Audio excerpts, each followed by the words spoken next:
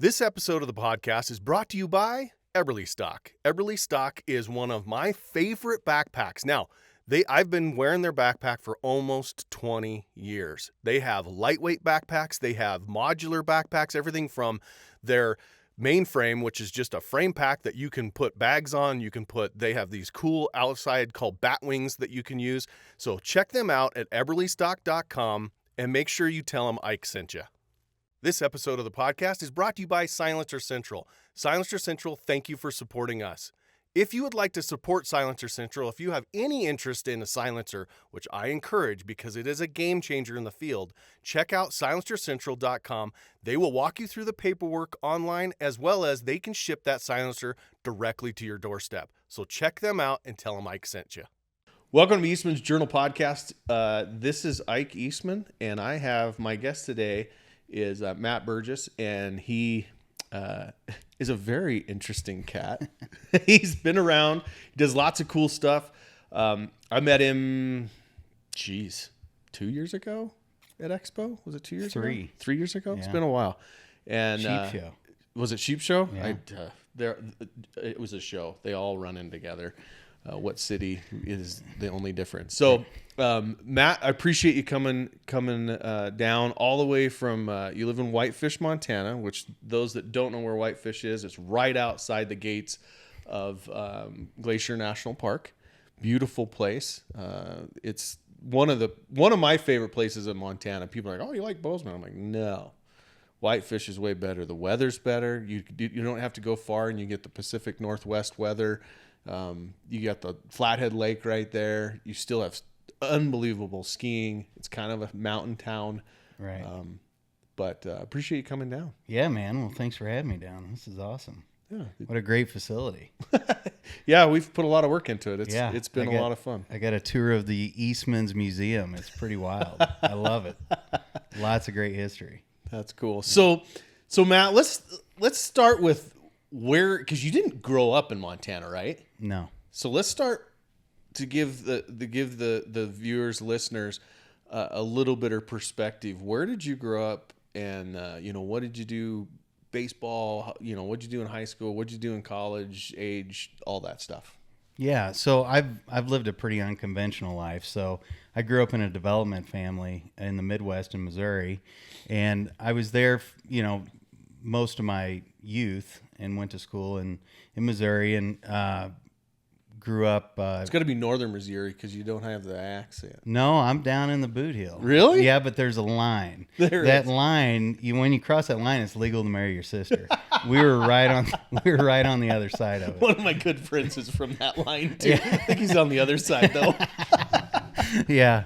Well, so yeah, I grew up there. I grew up in a development family, so we did commercial real estate development. My grandfather, he owned a rock crushing asphalt business, and he also did real estate development.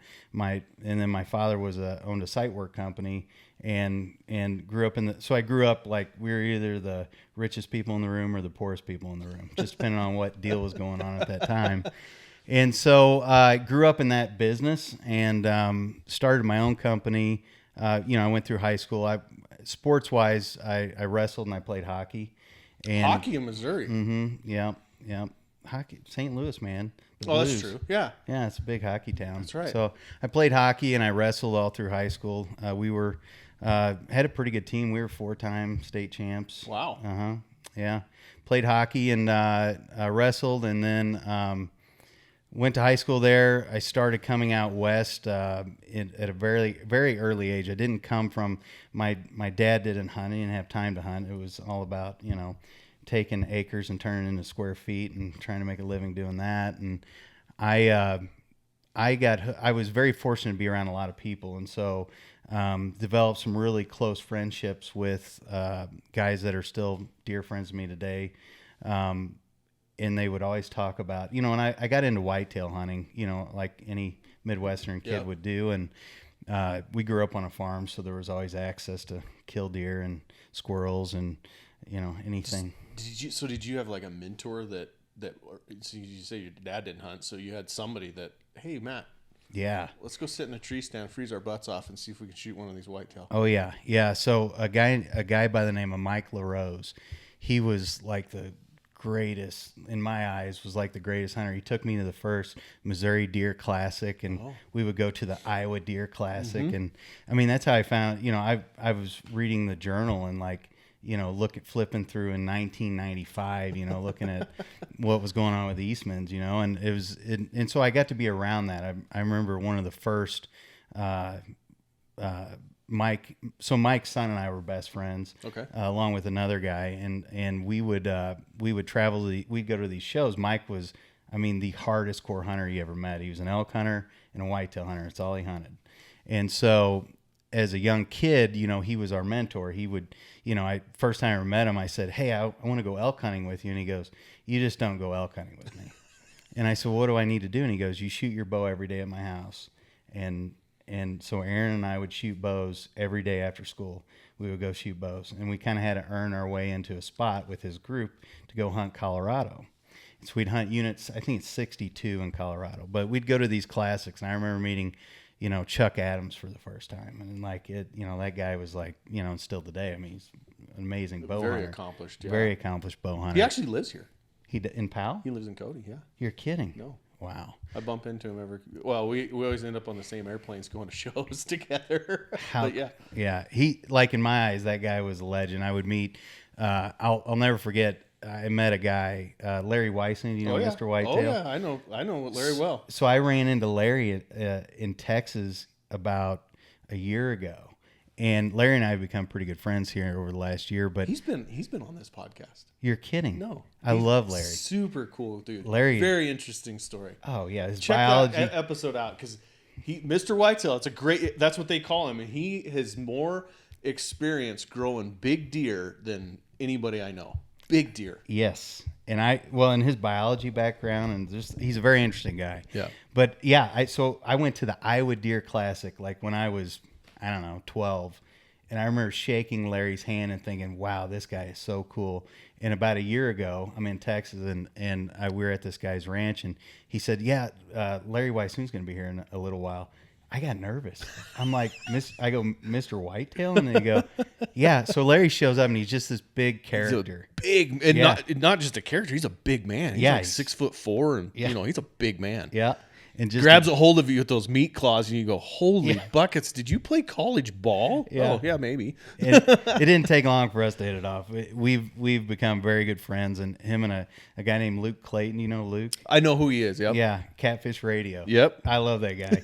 So him and Larry are, really close. I got to know those guys. They're really neat. But, yeah, so, when I was a kid, I got to meet these heroes, these characters in my life. And so Mike was really good at introducing us to that, and he took us elk. So I'll back up a little bit. I went on my first elk hunt in Colorado.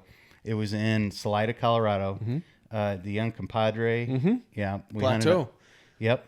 They ruined the best deer hunting in Colorado by putting elk in there. Really? It used to be unbelievable deer hunting. Really? Yep. So I went out there for probably I guess 12, I could legally hunt. I went out, $75 tag. We all put money in a Crown Royal bag, and that was the fuel money. That was with another family. This was for Mike. Mike wasn't quite going to let me into the circle just yet. Okay. So we went out rifle hunting a couple years. I don't think I even saw an elk. Like it was just we just tranche around and see Took nothing. Your gun for a walk? Yeah, get lost. I had a 30-06, semi-automatic that would jam most of the time when you try to shoot it. And so we went. That was my introduction into elk hunting. It was like, man, this is really tough.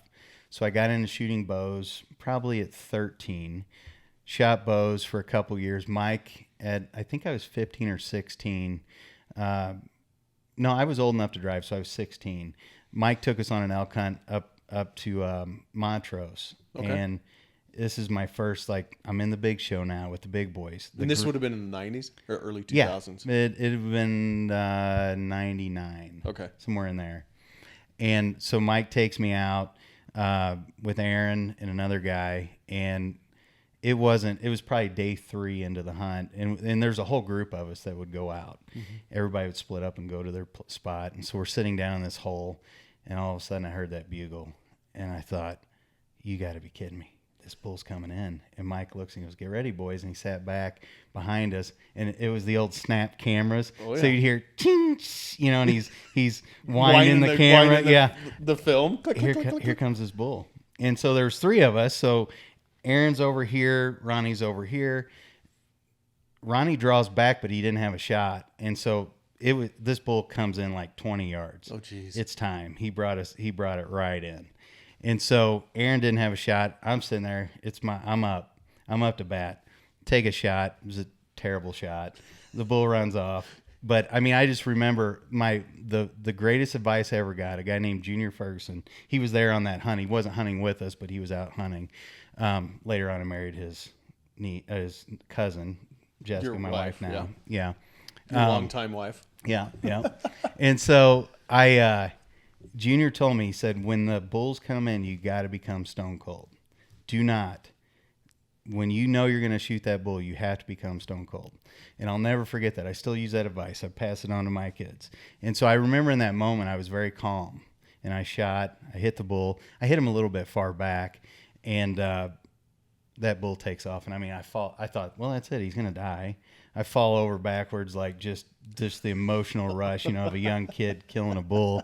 It completely ruined my life, like for hunting. You know, that's all I think You've about. You've been chasing that feeling ever since. I have. It's like the first time I've never done drugs, but they say the first time is the best, and you chase it for the rest of your life. Oh, yeah. So that's what elk hunting is. Yeah, so we ended up tracking that bull down. I had it looked like a pin cushion by the time we got done with it. You know, I think I shot it in the jugular is what ended up killing it. And so, you know, he had a very warrior death, you know, I'll put it that way. But that really propelled me into, you know, today is like that was a big deal to go and have that experience, and, you know, a kid from the Midwest and everything else. And so isn't that a testament to, you know, if you know like a neighbor kid or your kids' friends, I mean, take them with you. Yeah. Because you could be giving them that moment that changes their life forever. That's right. Yeah. Mike did that. Mike was like a really hard-nosed, like, you know, you're going to do it right. Bow every day. There's no campfire. Mm-hmm. We're going to stay in the wall tent. There's no campfire. We're not putting off smell. Him and Junior really showed me about archery hunting. So I took off with that. We hunted as a group for many, many years after that, had a lot of success. You know, for public land elk hunting, I mean, we had like a 50-60% kill rate out of a pretty good sized group. Yeah. I mean, there would be like, you know, archery no less. Yeah, an archery, that's amazing. Back in that day, there wasn't. You could go out and really never see anybody. Mm-hmm. It was just a different time, and so I did that for a lot of years. I mean, I went to compound to recurve to, you know, just continually trying to test, you know, elk hunting, and Montana. I'll back up. Wyoming. Prior to that, I'd been coming to over in Shirley Basin, the Q Creek. I had a connection. Now. Mm-hmm. Yep, I had a connection there. So that's right. We talked about this. Steve. What was his last name? Steve. Yeah. He was the manager there. Yeah. I shot a deer. You're talking about Martin. Martin Sullivan was the ranch manager when I was there. The outfitter. Oh, Steve. Yeah. Steve. Yeah. So when I was actually it was in 1999. 98, I think. I don't know. It was before I got married, but I shot a deer on that place. I was probably there around that time. Probably. That was the time. It was right before Cronky bought it. Yeah, Terry Braxton owned it. Yes. Yeah. Yeah. So that's the family I grew up with. Okay. Yeah. So John and I grew up, and we, you know, traveled a lot together, and, you know, it was a weird time because I would be putting money in a Crown Royal bag to pay for fuel to go on a hunt, and then I would be on a private jet going to, you know, a ranch in Wyoming. Yeah, so it was a weird, you know, I've lived an unusual life, I guess, and so I've always been around all different types of people. You know, from my dad, you know, working a ditch line, I was the powder monkey. So when we were blasting ditch lines, I would do the drilling, I would put the dynamite in, I would load it, put the shot in, and then somebody up top would do the blasting. But I'd be around guys that, you know, smoke cigarettes and, you know, probably had an alcohol addiction or something like that, all the way to guys that, you know, sitting in a box with Cronky watching, a football game. Right. So it's been a kind of a big realm of being around a lot of people, but in my heart, it's always been about hunting. I love hunting. I've used, I worked and did I had a really long development career of about 22 years, doing real estate development all over the country, and had a lot of success with it, had a lot of failures with it. I tell everybody, I lost enough and I made enough. I kept a little bit, but hunting's always been in my genetics. So in 99, Braxton's bought the Jumping Horse Stock Ranch. And so I moved out to Montana. I went to the high school prom in Ennis. So I always tell everybody I'm from Ennis. I've had an establishment there, I guess, since 2001. So I've been there, a long time. I went back and forth for many, many years, and then we decided to full time in Montana, and so Montana opened up a whole new realm of elk hunting. Being a part of, the ranching scene has been really cool. I was pretty young when Q Creek was around, so it wasn't, I was a part of it, but it was a short-lived time frame. He didn't own it very long. Yeah, but Jumping Horse, that was a 20-year run, and it ended sold a couple years ago. But, I had the opportunities, not only to guide there. So with my business around 2017, 2018, I had a lot of employees. I was, just kind of burnt out of the development life cycle. And, when you're in that business, as Cronky would even attest, it's a very dark place and can be a very dark place. But I always had hunting as an outlet. I could go, take friends out, go to different places and everything else. And my dad died in 2010, and that changed a lot for me. It made me realize how quick life is. And I watched his entire career as a viewer and as a participant. And I realized, like, man, we don't have a lot of time. So that kind of started it. And then around 2014, 2015, I'm still hunting a lot. Like, I'm that guy that would tell you I'll be gone for a couple days and it'd be 2-3 weeks. I'm gone somewhere hunting. And that led me into guiding. So I got into elk guiding. 2017, 2018, I sold 98% of my portfolio and said, this is what I want to focus on. So I have been in the hunting industry like at a very serious level since then. Started out obviously with elk, and then into guiding, and then I got a Facebook message one day from a guy, and he said, "Hey, have you ever thought about guiding in Alaska?" And I go, "I think about it every day." Where's that? He goes, "Call this guy." 2 weeks later, I'm on an airplane. Oh, wow. Going into the bush. So I started out as a packer, and I spent, a few years getting my days in so I could do that. And I realized, I want to do this as long as I can do it. And so I started guiding in Alaska, and then that led into, international hunting. And so I just started really focusing in on international hunts. And so I created the business Dispatch Hunts. And so Dispatch Hunts is a guide-based company. Now, we have to be careful because in Alaska, you cannot be a guide unless you're a registered guide and sell hunts and things of that nature. That has to go through the outfitter. So we just simply make introductions. If someone calls us and says, "Hey, I want to go on a bear hunt," they'll work through whoever we're partnered with, like Brian Donovan. Yep. You know Brian? I do. Yeah, with Nooshgak. So that's who I work for in Alaska. And so, we hook him up, and then, he'll pair him up with whoever the guide of the day is that is going to take him out. But internationally, we do hunts globally from Tajikistan, Mongolia, Russia. So have you been to all those places? I've been to several of them. There's some places I haven't been to. It's a big swath. And so where's your favorite? What is the thing you like? I could do this every year. What I do every year and what I'll continue every year is I typically will take 1 to 2 clients to Tajikistan, and we'll take them up to, our camp is at 13,500 feet, and we hunt up to 15,500 feet for Marco Polo and Ibex. And so I spend. It's not at the springs, is it? The hot springs? No. We're a couple hours the other way. Okay. Yeah, we're right on the Premier River. Okay. Yeah. We've got a really cool spot. So we go. I'll be up there this November, the first week in November this year. So I've basically taken opportunities where I notice there's a lot of guides that are highly qualified people that have a knowledge base, beyond anybody's imagination. And oftentimes when you talk to it's nice to talk to somebody that's a true hunter, a true outdoorsman, and someone that's lived it. They've walked the walk, they've talked the talk, they died 1,000 deaths, and they understand what it's going to take for you to have a successful hunt. So we took those opportunities and made this really neat business where we travel and do weird, cool, unusual things. We're always looking for new opportunities.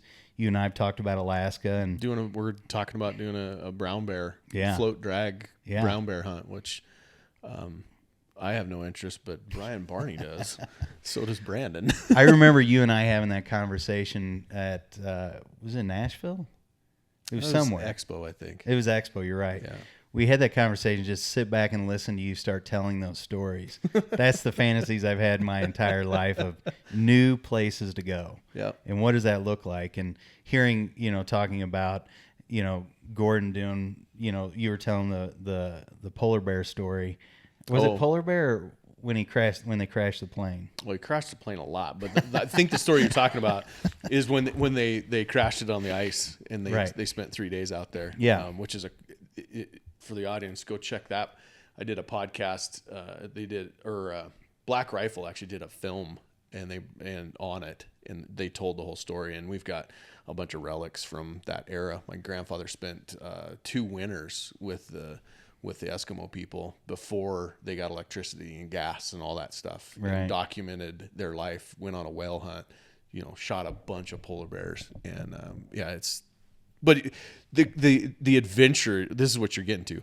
It's all about the adventure. The hunt is why you're doing it, but the adventure is really, that's what I seek. That's why I went to Mongolia. That's why I've been to Africa 6 times. It's the adventure. It's the uniqueness. Right. Looking for those rare opportunities. I'm always looking for that. And in today's world, it's tough because there's so much access to information. So it's really looking for the unique opportunity.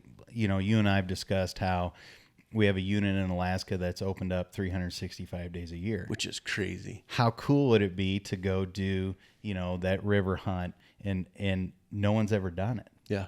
And to have that opportunity to do something unique and cool that no one's ever done. So I look for those opportunities. Mongolia is a great place. You look at the eagle hunt. Oh, yeah. I wish I would have spent more time there. I wish I would have been able to go tiger trout. I wish that would be taimen. I think right. Taimen trout fishing, and then the eagle hunt. That would be so awesome. Yeah. So you don't hear about it. No. So tell the audience, how does that work? I don't even know how it works now. Well, it's a very traditional hunt. So basically, you have a group of the locals that they dress up in their full attire on horseback, just like Genghis Khan did, man. It's exactly like it. And they have these eagles, and they go out and they hunt wolves, and so you can participate in it. And they'll hook you off up horseback, right? And you'll actually launch the eagle and do the whole. They'll show you the whole path, but you will actually take an animal with an eagle. How cool is that? Now you're speaking my language. That would be so awesome. Next level. Have you seen the video? There's a video on YouTube where they do that. And it is, I mean, these eagles are killing wolves. Oh yeah. Dive bomb them, grab a hold of them, and basically suffocating them with their talons. So awesome. So awesome. It's like an apex predator getting his butt kicked. Exactly. So yeah, those cool opportunities. I mean, that's what's amazing about being in this moment is going, there's so much to do. You could ask me about a lot of different things, and there's a lot of things I don't know about yet, and that's the cool part. I don't see this ever really ending. Like, I think that there's so many different opportunities. There'll be new opportunities to open up, and you go back to like the pioneers of, Gordon, or you go back to, all the crazy characters in our lives that have done some amazing things and were the frontier, there's some new opportunities out there. And so most people can't afford it. So what I do is I love talking to guides and figuring out if they have the things that Mike LaRose instilled in me when I was a kid. If they have a couple of those things and they can be taught maybe some of the tougher things maybe that they might not naturally know about guiding, it opens up a door. I think every young man should be a guide for a while. They learn a lot of things about themselves. It's like every young man should be in the military. You learn so much from that. Yeah. That's every hunter should be a guide because you learn, it's like being on the fast track of learning because it's not one hunt a year, you're doing 15 or 20. Right. And when somebody says to me they can't afford it, I go, yeah, you can. Here's how you do it. Go get a guide license. Go work for a guide license. And you're going to go on those $25,000, $40,000, $100,000 hunts. And get paid to do it. And you're going to get paid to do it. And you're going to learn something. Yeah. And then all of a sudden you've opened up your doors. Every young man that has a good back, a strong mind, and you have to have a strong mind and a willingness to go out and do the hard things. Elk, and there's levels to it, right? Become an elk guide. Like, it's tough. It's a tough gig. But your next stage, then maybe it's Alaska. Once you get in Alaska, you kind of get a status with yourself about, I can do this. If you can go sit in the bush for 30 days and you didn't die, you didn't let anybody die, and, and they had a good time, you can open up a door to do a lot of things. And so a lot of times in these foreign countries, you're not necessarily guiding. It's more hosting. But there's oftentimes a language barrier. And once you went on the hunt, you figure it out. And you pretty much know you're guiding. But, sometimes you're giving the reward to the other folks, but you're still getting paid to go. And you're giving a really neat opportunity to that person going with you that maybe was uncomfortable with the travel or, had just give them a reservation. level of comfort that you're not going to die because I'm not going to let you. Right. You're not going to get taken by the Taliban because I'm not going to let it happen. Right. We have a plan for that. Yeah. Right. We have an extra plan. Yeah. I had a really surreal moment one time. We were in Tajikistan and we had pulled over on the side of the road on the Afghanistan border, and there was right across, the river wasn't that wide. Yeah. And there was the Taliban flags flying, and I was throwing a rock, just over the river at the flag, just kind of, I don't know why, I just thought it was a good idea. And one of the guys walks up and he goes, they're watching you right over there. And I look up and there's two guys on motorcycles up in the cliffs. And I go, we're going to keep going. Okay, time to move. Party's over. Yeah, that's awesome. That's awesome. Yeah, the world is so unbelievably unique. And if you just take those opportunities, you said this, if you don't have the money, go get a guide's license. I have a fair amount of friends that have guides licenses like Alaska and up in Canada, and they just do it that's their vacation, a couple weeks a year. They don't do it for 30 days. They do it for a couple weeks a year. They get to go on 2 or 3 hunts that aren't their hunts. They get paid for it. They get the adventure. They, it's the same thing without pulling the trigger. That's right. And you're right. That is a way to live. As if I was an electrician or something, and I can't afford this, that's exactly what I would do. And that's a good idea. There needs to be, and this is what we're working on right now. There has to be a connection with that. Mm-hmm. I think right now, I'm not saying all outfitters, but there's a lot of outfitters that aren't organized enough to take on a lot of people at a time. And so when you call them up and you might ask them that question, they don't know. Yeah. So you have to talk with some of these guys and just say, hey, you're some of your guys are aging out, or you're wanting to expand your business. You better start thinking about a packer, or bring somebody in as an intern. And there's so many good young people out there right now. My kids will definitely guide for a period of time. I said, you don't have to do it your whole life, but you have to do it long enough where you're going to learn that skill set. It's a really good skill set to have. And you said strong mind. That's where you get it. You get it from experience. You can't strong minds don't come from a speech. They come from experience. And the only way you get experience is do it often. And the best way to do it often is become a guide. Yeah. There's something about suffering. Yeah. That's right. It really is. I remember, packing and being a packer, and I got my first brownie on my back, and dump off into the creek, and I get wet, and then I go down we go down the river a little ways, and then I realize I'm getting hypothermia, and you get through those moments, and then this big the big storm comes in, and you're by yourself, and you learn so much when you're out there in the bush, and people see it on TV, or you have no idea unless you're there how amazing, what a gift it is to be there in those moments. I get out of the tent, and I'm by myself. I've never really been in the bush by myself before, and it's a scary thing for a little while. And it's not that you want to become so comfortable, but you do get a level of comfort where you walk out of the tent and there's a sow and 2 cubs walking down the beach towards you, and it's like, I can live through this. Yeah, this will be okay. Yeah. It's every young man should be a guide. Go become a guide. Yep. Somewhere. Yep. Find some way to get there. And the easiest path for that would be reach out to some of these outfitters and say, man, I'll do anything. You want me to sweep the floor? You're not going to walk in and just be a guide. No. Go. You want to sweep the floor? Do you need me to go pack out camps for you? I'll go ride around with the pilot and set up camps if I need to. I'll do anything I have to do because I really want this. And those guys are, these outfitters are looking for those people, for people that are work hard, show up, stay sober, work hard, and, do what they're asked. Right. We say this in my house all the time: do what you're asked, do it well, and do it on time. That's the secret to success right there. And you do that a couple weeks a year, life at home will become easier because you'll have perspective. Right. Well, at least I'm not, we say this at my house too, at least I'm not digging ditches. Yeah, because exactly. It could be worse. Yep. It's pretty cool watching like young guys too that come in. Like we've got a guy right now that's a packer. He's taking on, he works at a quarry, and he's like a plant guy. He runs the conveyors or whatever, and he takes his vacation. And so this year, he, if everything goes well, he'll have his days, and Brian will, sign him off and go through the whole thing with him about becoming a guide and give him some opportunities. And it's really cool watching him, because last year when you get off of a hunt, it's terrible. Yeah. Like imagine 14 camps, or let's say 10 camps of gear come rolling into one area, and there's just stuff everywhere. So what happens most of the time?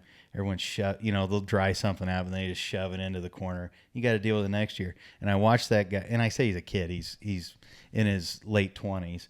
And I watched that kid pull out all these totes, and he cleaned everything up, and he started putting camps together for next year, and he put them into a storage container. I looked at Brian and I said, don't get rid of him. That's a good one. Yeah. Don't get rid of him, because he's going to buy this from you when you're done. Yes. He's become an asset. That's awesome.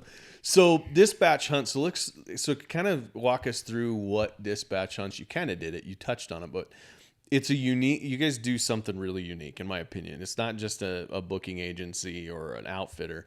You do, it's more than that. What is it? So I'm a giant believer in when I got out of real estate development, where I'm sick of it. I've always had the desire to work with people, though, whether it be a business dealing or a hunt or whatever it is. So dispatch is just simply relationships through hunting. So consulting, a great example would be, I had a guy call me a couple days ago.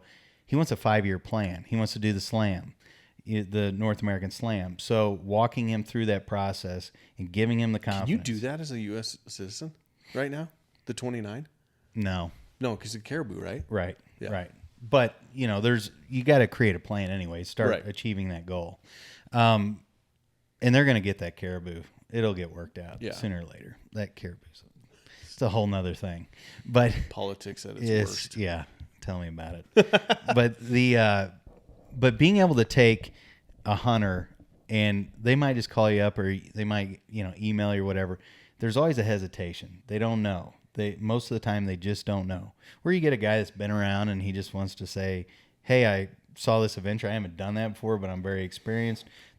You're going to meet all different people, but I love taking them and figuring out who to put them with.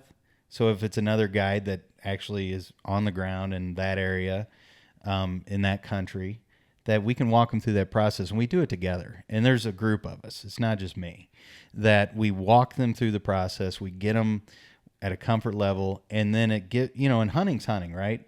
We can plan all this stuff out. You can have the best insurance in the world. You can have the best backpack in the world, but the animal might not be there. Yeah. But we have to stack the odds in their favor, and that's how we do it. So it's a lot of groundwork. It's a lot of prep. It's pretty nice when somebody wants to go in an area that I know exactly. Yeah. It's just like your favorite elk spot. Like, I know exactly what we're going to do.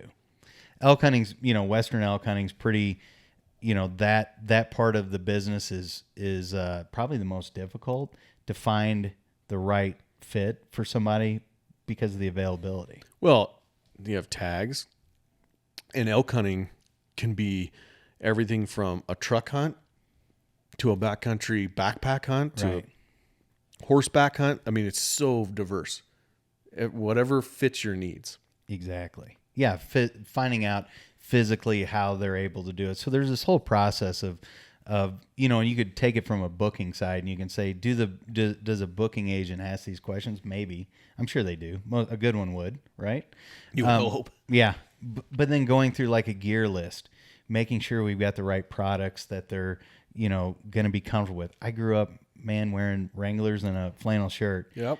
And for a long time, I couldn't figure out why people were wearing fancy gear, whatever it was. And now I realize as I've gotten older, it's because it's comfortable.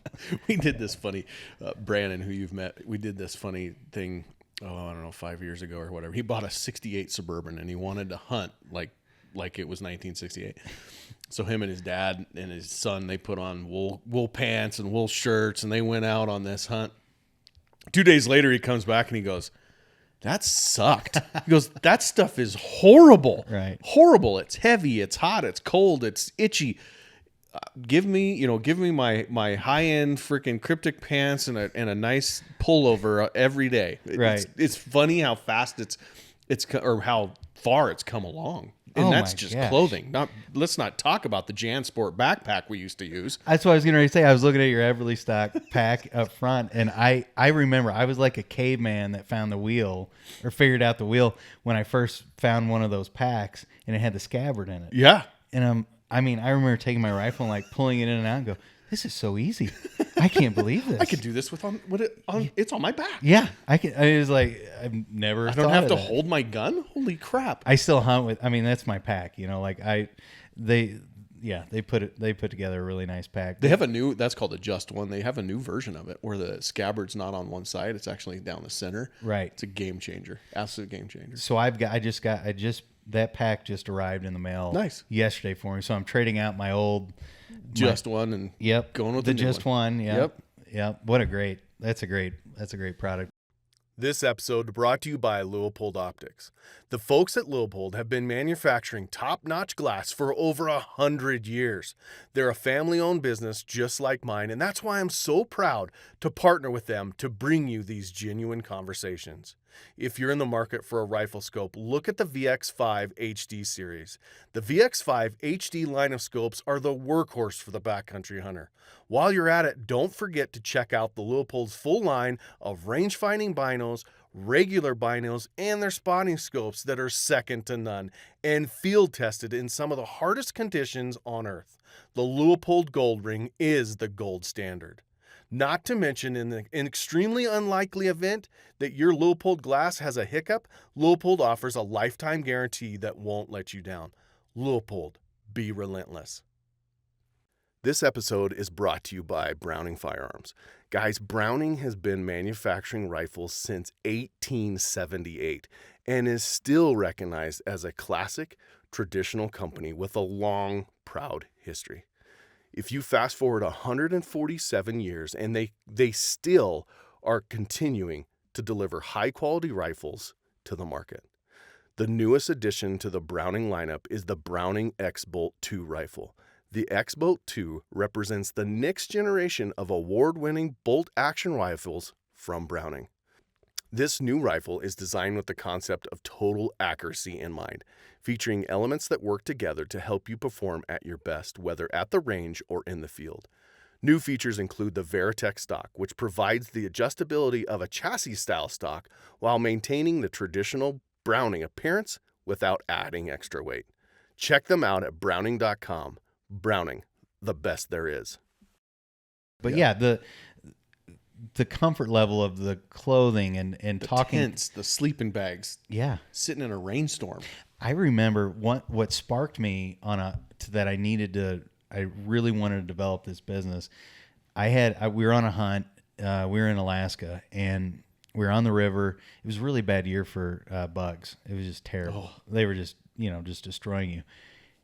And it was probably like an hour into the hunt. I look over, the guy's not wearing a head net.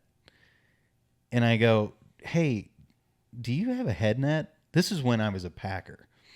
I said, "Do you have a head net?" He goes, No one told me to bring one. And I go, "You're going to have a really..." This is going to suck for a week for you. So I learned a valuable lesson. I gave him mine. And because I had two. That's what a good guide does, or a packer, anybody. So I give him mine. We're going down the river, and it was hot. And so I'm in a boat, and Stefan's in a boat in front of me. And it was hot, so I just pulled the head net up because the breeze was blowing. And I'm sitting there. I just remember the sun hitting me, and I go, "Man, this is so nice. I love this so much." And I'm just rowing down the river. We pull off on the shore, and automatically you got to pull that thing back down. Oh no! It's gone. So I look at the hunter. What are you gonna do? Yeah, you can't tell him. Give me my head net back. You can't tell him you can wear a head net. I ended up wearing, the mesh bag you keep the pots and pans in. I wore that for 9 days on the river. You're like looking through the holes. You're like, I don't care what it is. I gotta have. It's either that or I'm not. I mean, there's. If you've ever been in bugs, black flies up there. Oh. They will literally eat you to death. They drill. What they do is they cut a slit in your skin, and when the blood pulls up, they suck the blood out of it. It is absolutely horrific. I know. It's what nightmares are literally made out of. Yeah. Horrific. They don't, and now if they ever made something to completely eliminate that, it'd be a pretty sweet deal. But the head nets work. They do a good job. Yeah, I've been to Quebec a couple times when the bugs were that bad. You're sitting there, and it's hard to film because the bugs are crawling across the screen or across the lens. It's just it's brutal. You're just like, please let the wind blow, please, because as soon as the wind blows, a little bit, boop, gone. Right. So that moment, I realized we could do this better. That's how any business really kicks off, right? So Solving problems. So the process with dispatch is that, and we are using a lot of technology, which is nice. And I'm not a big fan of certain technologies, but what I like about it is that the information is better. We can deliver the information better. So when you set up a hunt, we profile it. We have automatic triggers that go in place, and a ton of education. So it's not one person has to be on the phone and they have to remember it. It's broken down into lists that automatically trigger 3 months before your hunt. You need to make sure this, this, and this is done. Your tags are delivered. Hey, you have 2 weeks. Here's, don't forget this. This is your gear list. Right. Check it off. Here's who's picking you up at the airport. Here's their phone number. Here's a backup phone number if they don't show up to the airport. And don't forget to get your gun permit. Oh boy! And here's how that works. Funny story. I'm gonna tell on myself. I went to South Africa with my girls last year, and you're on a plane for 15 hours. We were on 2 planes for roughly 15 hours, and each get off, get all the luggage, and walk out of security with all the luggage in a cart, and meet the outfitter, the PH, and walk right out the door. Completely forgot to check my guns in. I walked around South Africa with a gun for a week without a freaking permit. Nobody ever say anything. I get to camp, and you had a 4457. Yeah, I had the U.S. permit, right. But I didn't have a South African permit to be walking around South Africa with a gun. Right. I get to the camp 3 days later, and the PH is like, "Hey, I just need to get a copy of your gun permit, and we'll just leave it in the vehicle with us." I was like, "My what now?" Was there a step I missed? Yeah, that cost me and the PH, the guy that picked me up at the airport, a fair amount of money to get that. To get it sorted out, yeah. It's Africa, so it's just money. It's all it is there, for sure. But it was dumb. But stuff like that, had I known in an email 2 weeks before, here's how the gun permits work. Right. Here's what you need to watch out for when you get in the airport. Right. That's awesome. It's concierge is what it is. Yeah, it is. It's more of It's a relationship. It really is a relationship. It's a guide mentality. It's not a booking mentality because we don't care. Like, you're either going to go with us or you're not going to go with us. We're going to tell you, hey, here's the best. These are hunts that we're involved in. I'm not trying to broker out a hunt in the middle of, wherever. It doesn't matter. I'm just not really interested in that. These are hunts that we're trying to be intimately involved with, or we have a very deep connection with. Doesn't mean we're going to guide it. Doesn't necessarily mean that, but we've probably been there, or we have a very good comfort level that we know this is going to be the odds of success are going to be very good. So is your, do your clients pay a premium for that type of service? Not really. It's more about what they want. So it's like the a la carte, service. So they're not going to pay any more for a hunt than they would with anyone else. But for an example, like I charge and other guides charge a day rate for foreign hunts. So I'm going to Tajikistan in November. I have a day rate that I charge. That I don't for you to go along. For me to go along, yeah. Or and give a level of comfort. Yeah, and it's not astronomical. It's not out of reach for if you're going on a Marco Polo hunt. It's not out of reach at all. Right. And it's just nice. It would probably be the smallest thing on that line item. I charge the same rate whether there's one guy or five. Right. Well, we can't take five. We can take four. But so they can split it up between them, and it's nothing. Like it's pennies. Yeah.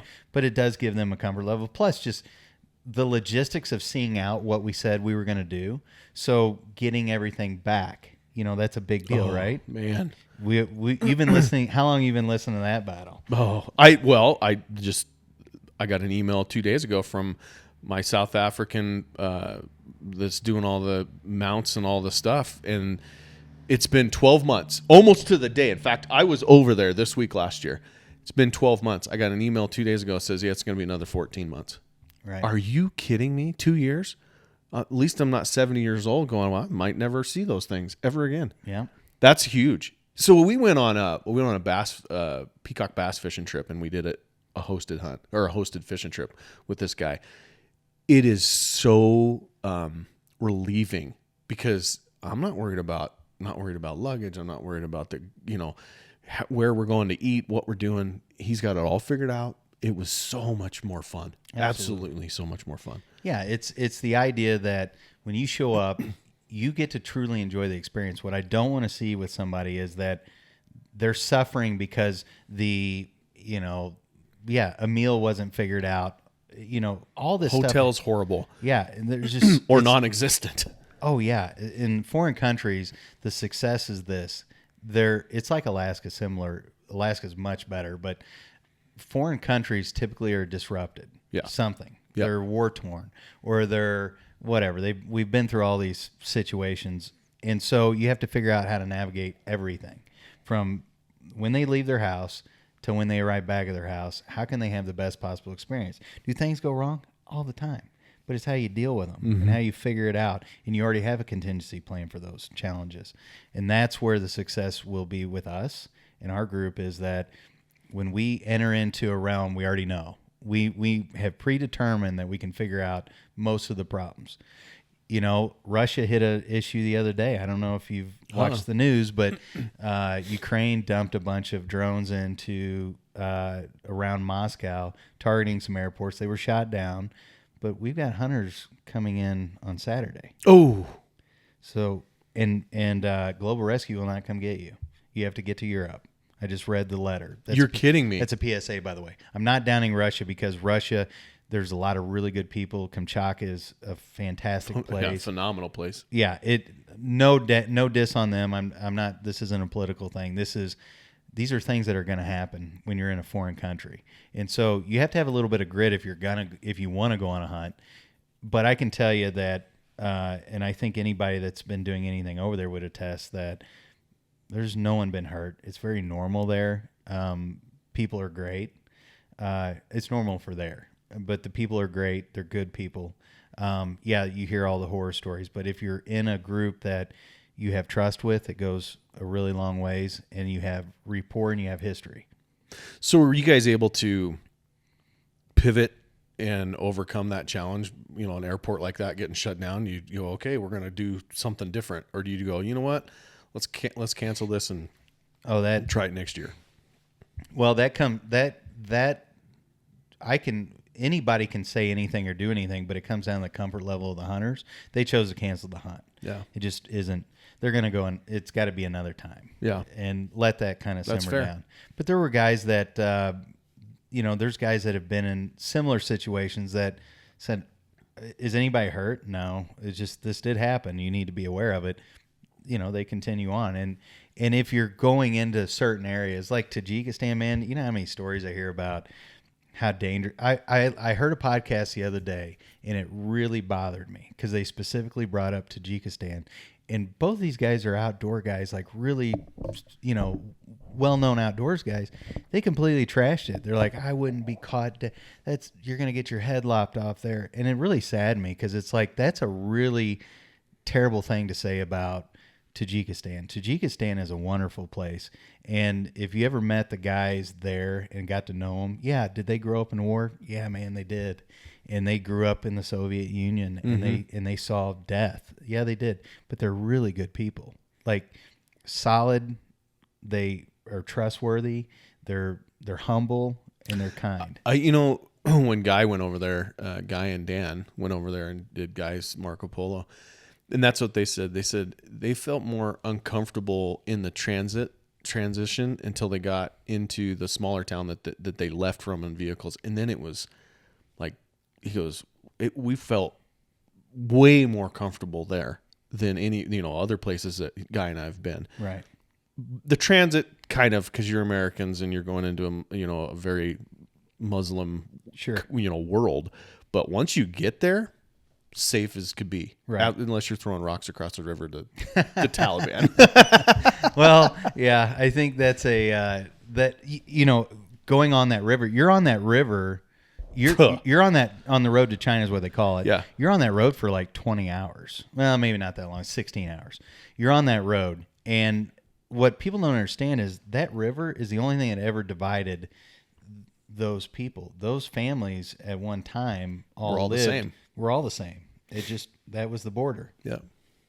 So the people that live there are not, pro-Taliban flags over there. These people over here really aren't paying attention to that. They're not. But it was crazy because you have all these fears. You have what we've been told on the news and everything else. And you show up, and once a week there's a bridge, and they let the Afghanistan folks come over to the market. It's kind of a controlled deal. But they let them come over to the market and buy supplies, and they go back across. They're still neighbors. And I don't agree with anything they've ever done, but Tajikistan is a really good people. Yeah. And I'm sure there's really good people in Afghanistan. 100%.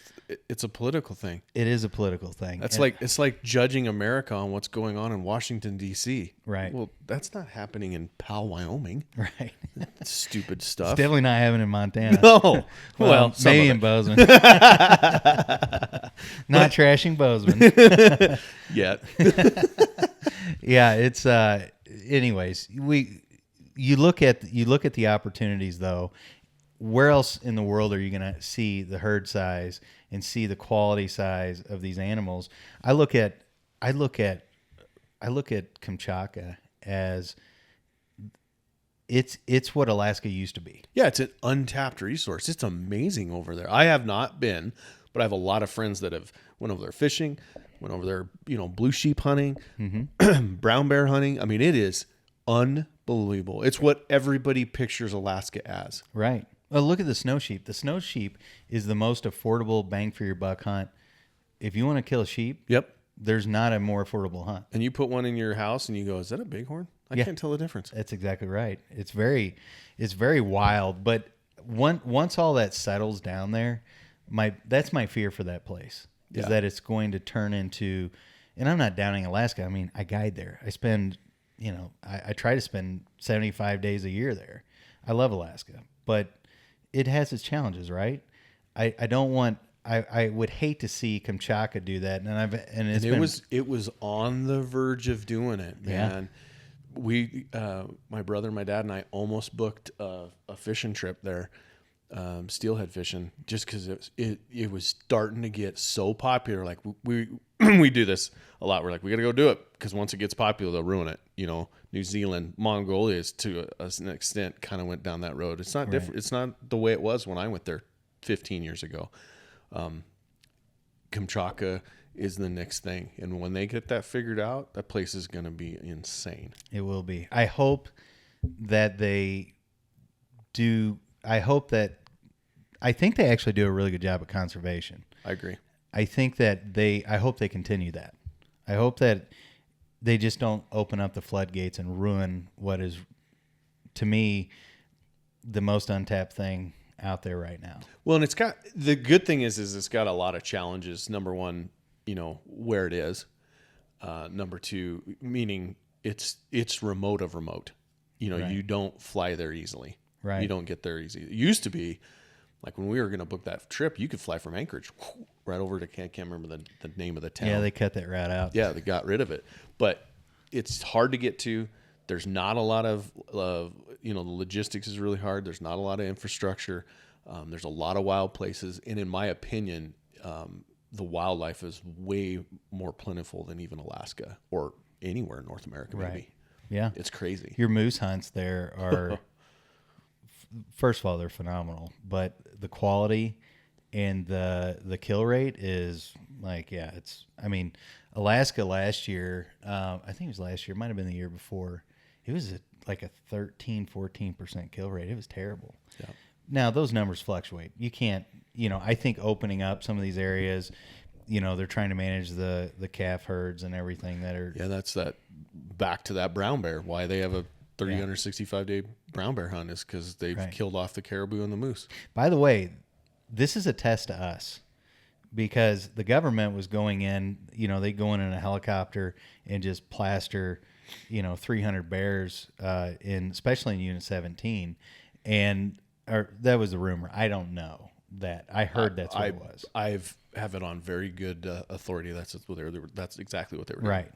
And supposedly they were skinning them out and everything. I've heard so many rumors swirl around about it. I don't want to, talk too disparagingly about them because I work with them. But this is a test for us because we, as hunters, are being called to help manage a challenge. Yeah, this is predation. Did I say that right? Yeah, predation. Yeah, predation at its finest. So, and I don't care where you sit with shooting bears, but at the end of the day, I can tell you as a person that walks into the supermarket in the village or the town, and those people, when they find out you're a bear hunter, will shake your hand because they have family members. They don't report half of the challenges they don't report any of them that I'm aware of people that have been killed, mauled. Yeah. And it's always a story about my cousin. My cousin got hit, 3 weeks ago. Thank you. Kill them all is what they always say. We don't want to do that, but there needs to be a management. We need to do what we're meant to do. And honestly, I'm going to give some kudos to the Alaska game management because they're doing it right. They're doing stuff that won't happen here. Right. Managing bears. Right. They're managing bears, they're managing wolves, and they're doing it in a way that is going to help the ungulate population. And they're seeing calf recruitment through the roof by doing that. And that's what needs to happen here. That's great. That's a really good point that you just said that. They're doing they've been trying. It's not like they just came the trial and error, but now they put it in our court. And I don't know if they're still doing anything outside. Probably, but I would imagine they probably need to. Yeah. But it's our job now. If they're going to open this up, we got to figure out ways to be effective at it. Right. And I've already heard things like people will talk about the quality of the hide, in certain times of year. Yeah, there can be challenges early on with hide, with a bear hide, but you have to. But they're not all that way. It's like right. Bears are. You've been around brown bears. They're a wild creature, man. Yep. They're smart. But they're all different. They all have a different twist to them, or the frost on the ends of the ears, or But their hides are okay. So maybe that certain time of year, maybe half of them are broken, which means their butts are rubbed raw, right. Or. But there's still the other half. So we have to still do our job. And And honestly, in my opinion, that's part of the character of them. Right. You, in my opinion, if you have a big old brown bear and he's got a rubbed off butt, that's going to ask, that the dinner guest's going to go, what is up with that? Well, let me tell you, this is how they do it and why they do it, and on and on and on and on. It's a talking piece. Oh yeah. Well, I'm glad you said that. There's a lot of guys that they don't think that way. They'll see a bear. But that's part of the and it'll experience. have an imperfection, but it'll be a giant bear. And they'll make something out of it and it's like, okay, well, I guess we got to move on. Yeah. I agree with you 100%. It's part of the experience. It's part of the adventure, in my opinion. Oh yeah. Part of it. So we're out there suffering for 10 days. I always call it homeless camping. Oh, I'm homeless gosh. for 30 days a year. I'm leaving next week. Are you? Oh yeah. Or is it a float drag or is it? I'm just doing a lake. I've got a few lake hunts I'm doing for Brian. So I leave on the 1st, and I tell my wife, she's like, so it's like, I'm like, I never been homeless, but we're in a tent and we're eating, we're cooking junk. Yeah. We're just and like bored out of our minds most of the time watching for bears. That's exactly right. And then when you see one and it's like the wheels come off and everything goes to chaos. Oh man, it is chaos. That is a great way to just say that. It's chaos. Yep. We try to have a little controlled chaos, but it's super fun. Chaos. Man, some of the best. I mean, when I'm out there and you've been out there for like 30 days, or I did a 45-day stretch. I'm going to tell you, like when you get back to the airport and people are talking, it's weird. I mean, it's so weird. You're just sitting there. You're like, it's so loud. Yeah. Why is everything so loud? There's so much noise, and you realize, man, I got to shut that off for a while. Yep. And then you appreciate it. Yep. Like you miss your family. Starlink is starting to float in. I brought one last year. It was nice. I put because you're running on a DeWalt battery. Right. So I tell everybody, you got 10 minutes a day. So everyone will call their family, check in, make sure everyone's alive, and then it's off. Mm-hmm. Let's not get into checking. We're using it as an emergency. It is not a time suck. Yeah. Now, I would occasionally download a movie so I could watch it at night. Like Night in Alaska is 2 a.m. Yeah, exactly. So watch it at night in the daylight. You get 10 minutes, and then you go to bed. Yep. Yeah. Well, what else have you got coming down the pipe? You're going to go to Alaska. Are you doing a Tajik in November? Yeah. So I go. So I'll do Alaska, and then I'll get back from Alaska. Then I've got a Rocky Mountain Bighorn in Colorado. I'm going to do that, and then I'm going to Hungary. Oh, what are you doing in Hungary? Roebuck. Okay. Yeah, I'm going to spend a little time there, and then my wife's going to go with me on that hunt, and then we're going to go to Italy for a week, and then I get back from that. Elk season starts, so I'll be there for a month, and then Tajikistan, and then I have polar bear early in the spring, and then up in Pond Inlet, and then brown bear. So keep this in your back pocket, because polar bear is on my list of to-dos. It's my bucket list. I want it. What are we doing? Well, let's do it. Okay. Because what I don't want to, but I don't want. I've heard so many stories, like Jim Widgeon from Kinnetrek. He has a hilarious story. It's on Brian Barney's podcast of when he shot his polar bear in the absolute. It was so rough. They were pulling him in this like sleigh thing that they were sitting in. It was so rough. The guy he went with literally chipped his tooth because it was so rough. I was like, you know what? I don't want to do that. I'm not into that. I'm into the adventure. I don't want to be, if that's what they called catered to, but I want to do it uniquely.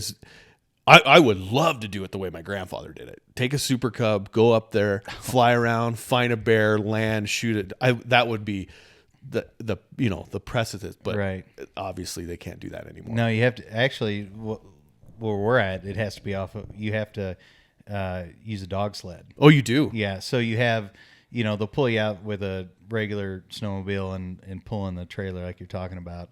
I'll think of the name of it. I'm brain dead right now, but and then they switch over. Once they get on a track, they'll switch over and run the dogs, pulling you in a sled. When I got sick last spring, I was supposed to go on that hunt with my friend Aaron that I set up the hunt for him, and I said, man, I can't go. I got to have surgery. And he goes, well, I'm going. I said, let me know how it goes. He had the greatest time ever. Oh, yeah. Shoot a big bear? Oh, yeah. Gun or a bow? He shot it. Listen, up there, they provided the gun. Oh, my gosh. You know what it was? 30-06. 243. Oh, my Lord. Dumped it. With a 243. Dumped it. Shot it twice, but he dumped it first shot. So that's a good question. What's he going to do with it? So this is one of the major reasons I haven't done it. Everybody's hang up. So what he's doing is, and first of all, I don't know a lot about what's going on politically. I know that things are happening. The sheep, polar bear hasn't been brought in, I think, since the end of 2007, 2008, right? Yep.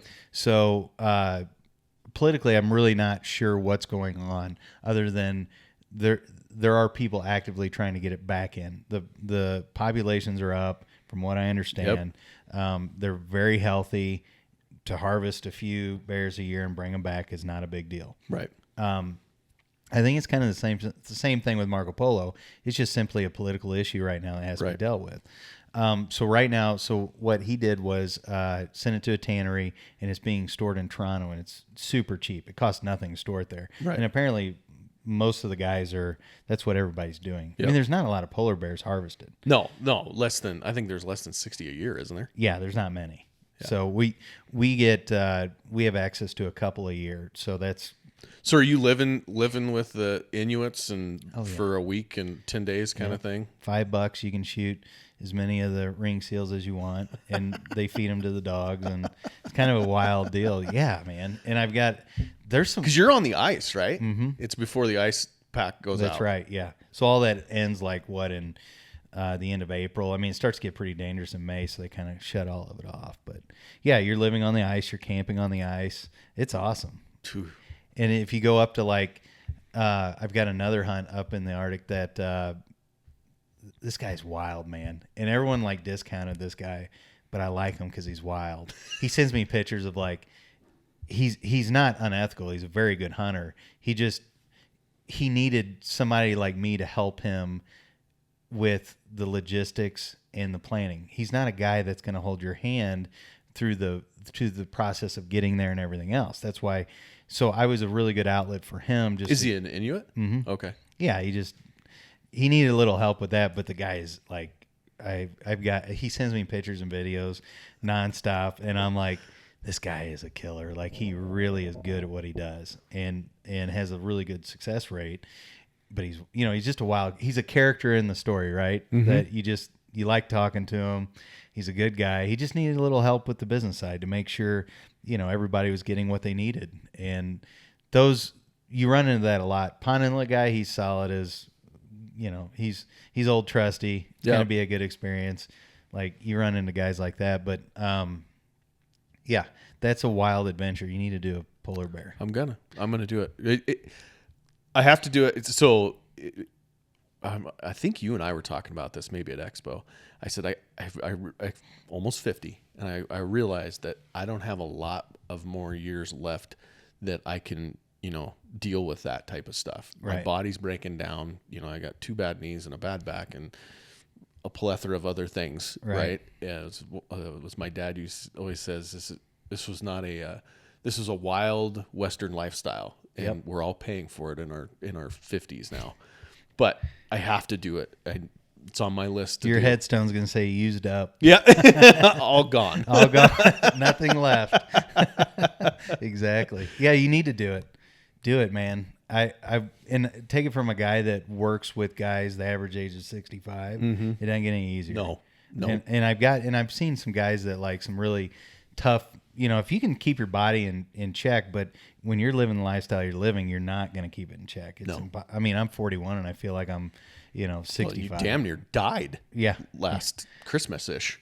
January, yeah. Was it January? Yeah. You feeling good now? Oh, yeah. I'm back. Back to normal? I got 100% clearance. Went to my spine doctor last week, and she gave me some new exercises for my back. I've got a herniated disc, but it's acceptable. And I said, well, what do you have? Because if I'm guiding And I wasn't looking for drugs. I was looking for like, what do you have like an anti-inflammatory? She goes, oh yeah, I got something when you get out in the bush. And so I told the guys earlier in the lobby, I said, I'm sponsored now by HGH, testosterone, and some kind of anti-inflammatory. Pop 2 pills, good to go. Oh, that's funny. Yeah, that's one thing that a lot of guys don't understand is when you do something like that, you always take stuff as a backup plan. Right. You know, go to Africa, go to Mongolia, go to Tajikistan. You've got pain pills. You've got every antibiotic, and then some that you can't pronounce. Yeah. Because you just never know. Cipro's your friend. Yes. It will literally save your life. Yep. In many of those situations. That and in Tajikistan, you take what is it? Cialis? Is it Cialis? No, isn't that the? No, I think it is. The Cialis is the male enhancement, but it also helps with altitude. Oh yeah, because it opens your arteries. Mm-hmm. Oh yeah. Okay. So Dan, that works for us. Are you sure that's what he told you why he took it? Well, no, I'm kidding. It might have been the goats. There's only goats. But he was over there, and he thought because he was young. I mean, he was in his mid-20s and in really good shape, and he lives here and hunts, at 10, 12,000 feet. He thought, oh, this is no big deal. They got over there, and they got to the base camp, which was 12.5, and woke up the first night coughing. Second night, the orange foam starts. Oh, yeah. And he messaged me on satellite inReach type deal. He's like, I'm in trouble. And so I got a hold of our doctor here, who was a super good dude, middle of the night. And he goes, okay, here's what he needs to do. And to get him, he needs to take Cialis. Does anybody in camp have Cialis? And some dude in camp, some old guy had heard this before and took it. He was taking a regimen of it, and Dan took it, woke up the next morning, not 100%, but way better. I mean, it makes sense. Yeah. So now, a little secret, Dan hunts with Cialis. He does. That is awesome. He goes, you can hike your ass off. I did not know you could do poor that. Poor camera guys. Yeah. Oh, that's awesome. How big is that 2-man tent? Not big enough. No, I'm telling you, man, like since I almost died, I had a really bad bout with diverticulitis, and 5 years of doctors telling me to have the surgery, and I did it, and we were in Reno. You were there. Yeah. Yeah. We were in Reno, and I got sepsis really bad. Ended up in the hospital, and they came in and told my wife the pleasant news of he might not make it through the night, and I made it through the night, and then they just nailed me with the antibiotics and got me through it, and then I had surgery in March and fully recovered from that. But how much did they take? Just a foot. Just a foot. That's not. I mean, I don't think that's a lot for. Because you have like 27 feet. But right. Originally, it was going to be a lot. Oh, it was. Because yeah. I was thinking at Expo, you were telling me it was like. I was thinking it was way more than that. Yeah, like 6 feet. Yes, that's what I was thinking. And the whole time, right before I went out, I'm like, man, this is not going to be good.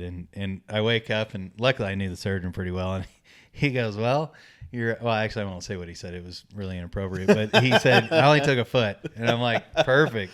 It was. Because you went to Dallas. Yeah, I went to Texas. Yeah, I went down to Galveston. Oh, okay. Yeah, it was a really good surgeon. Thank you, Patrick Walker. He's a great guy. Saved my life. Was recovery hard? Yeah, it's terrible. I can't imagine. Yeah, you just can't. They cut through your stomach muscle, so you're really incapacitated for several weeks. I mean, I say I'm sure there's tons of worse surgeries in the world, but for a 41-year-old guy like going through that, it was something kind of hard to chew on. 'Cause normally, I try to stay in pretty good shape and not being able to do anything for 6 weeks, like can't pick up a cup of coffee hardly. Nothing. It's terrible. I stayed in Texas for a couple weeks, and then I came back. I'll put it this way: how humbling it is. When you're on the airplane, they say, do you need extra time? You can get on the plane. I took it. Yeah, you're like, I don't want to do this because I need to do this. Yeah, I was too prideful to ask for like a wheelchair. Yeah. So I just hobbled my way in, and I got a first class ticket because I thought I can't sit in one of these little seats, and I made it back to Montana and recovered. I had to go back to the hospital once, had just a setback because I pushed myself. So I started, hiking and I got a little too nuts. I was on the phone with a guy, and I said, I was telling him my routine I was doing, and he goes, man, you shouldn't be doing that. It's awful early. And I was in the hospital that night. Ugh. And so I had to kind of back off. So I'm back on it. But, you know, I mean, I listen to guys that are running all the time, and you know, look at Brian. Yeah, I mean, that guy is he's machine. An animal. Yeah, it's awesome. For a guy like me, you know, I'm not too private. I went to the doctor and I said, what is it that can help me elevate with, you know, guiding and injury recovery? So I literally, man, for 6 weeks, my doctor, I take HGH. A small dose, this isn't bodybuilding. Yeah. But it's for recovery. And then I take a testosterone, I get blood work and all that stuff done to make sure everything's right. But it generally is helping me. You lose 20 pounds every time you go to the bush. It's just how it is. You got to go on you know, some guys going super fit. We've got a guy now that's been around. He's been guiding since he was 19 and he's 38. Like, goes in fat. No, he goes and does CrossFit before he goes in, and he comes out and he looks like a skeleton. And I'm like, so I just look normal when I get out of the bush for a little while. But I'm trying to, you know, that's a new thing for me. So I'm kind of excited to see how that can help with somebody that, especially after all the recovery that I've had, how is that going to help me? You know, I'm not going to be like, you know, God rest Hulk Hogan, but I'm not going to be juicing or anything, but just a little push to help, you know, get through it. And apparently it's pretty common. Yeah. So guys over 40. I don't do it yet, but I've been told by my doctor it's time. The trajectory's going that direction. All right, I guess it's time. But you know, it's funny you say that. Michael Easter, who is a really well known, he's written a couple really best-selling books. He was on my podcast and we were talking about his first hunt, and he went in on a 30-day caribou hunt. Backpack caribou hunt, and he was like, I was running every day and I was in really, really good shape. He said the problem is I didn't have enough fat. He said I lost so much weight I was in danger of hurting, you know, significantly hurting myself because I was in too good of fit. He goes, I was healthy when I went in there, and I was a skeleton, you know, struggling to keep enough carbohydrates and enough fat in my diet to survive after 30 days. Oh yeah. I'm like, see, this is antelope shape. I just go in fat. Just go in there as fat as I can be, and I'm fine. I'm like looking at people going, "What's your problem?" I'll go hike, get some more. I got a whole tube here. Exactly. I got to do I'm the polar bear. I can go 1,000 miles walking. Can't run real far. That's right. That's my polar bear mentality. Yeah, that happens after 40 because your joints just don't work like they used to. Oh boy. People are you a runner? I was in my 30s. Yeah. I used to do trail runs. Exactly. I don't anymore. Yep. I run my mouth a lot. That's all I do. Well, Matt, I appreciate you coming down. You know, so you guys obviously have a website. Yeah, dispatchhunts.com. Dispatchhunts.com. Get on there, check them out. If you're into that adventure or looking for something unique, something that like my polar bear hunts on a bucket list, and check that out. Anything else? Where else? You got social media? Yeah, social media on all of them. If you want some really good recipes, hit your wife up. Yeah, go to Fantabulosity, and I said, oh man, I got some points for that one. Thank you. Go to fantabulosity.com. Your wife is one of my favorite people. Yeah, she's hilarious. Oh yeah, I'm telling you, man. When I tell you she doesn't know any better, she doesn't. Like she loves me, and I don't know what the deal is. Since our freshman year of high school, right? Yeah, it's like I plucked her out of the countryside, you know. And she's not on the other side of the line we talked about earlier. Oh yeah, she's not my sister, so it was like perfect. It was the perfect thing. We did go to a funeral one time. I'll tell you this real quick. Went to a funeral one time, and my cousin Billy Ann was in there, and I walked in there and I go, "Hey, it was her grandmother's funeral." And so Billy Ann's standing there, and I looked at her. I said, "What are you doing here?" She goes, "Oh, that's my cousin." And we had just had a baby. Oh my gosh! And I go, "Oh no!" And she goes, "Oh, not by blood." And I go, "Whew!" We both looked at each other and like a sigh of relief, like, "Man, we were almost those people." You're like, "How close are we?" The Deliverance music started playing. Yeah, you can reach me on any social platforms, website. I'm pretty easy to talk to, or we'll have somebody that talk to anybody. And appreciate what you're doing, man, for the outdoor industry. And all the good things going on, and let's have a good future of more of that. Yeah, let's get on some bear hunts. Let's do it. Perfect. Well, thanks for listening today. Also, remember to like and share. You are our marketing. Like, share, comment. I just love that stuff. Also, check out our sponsors. Obviously, without them, we couldn't bring this content to you. And let them know that you heard them here. If Cryptic, Leupold, Hornady, Eberly Stock. We talked about a bunch of good gear on this. And obviously, hunting across the world, you need good gear, and they do that. So check it out. I appreciate you watching. See you next time.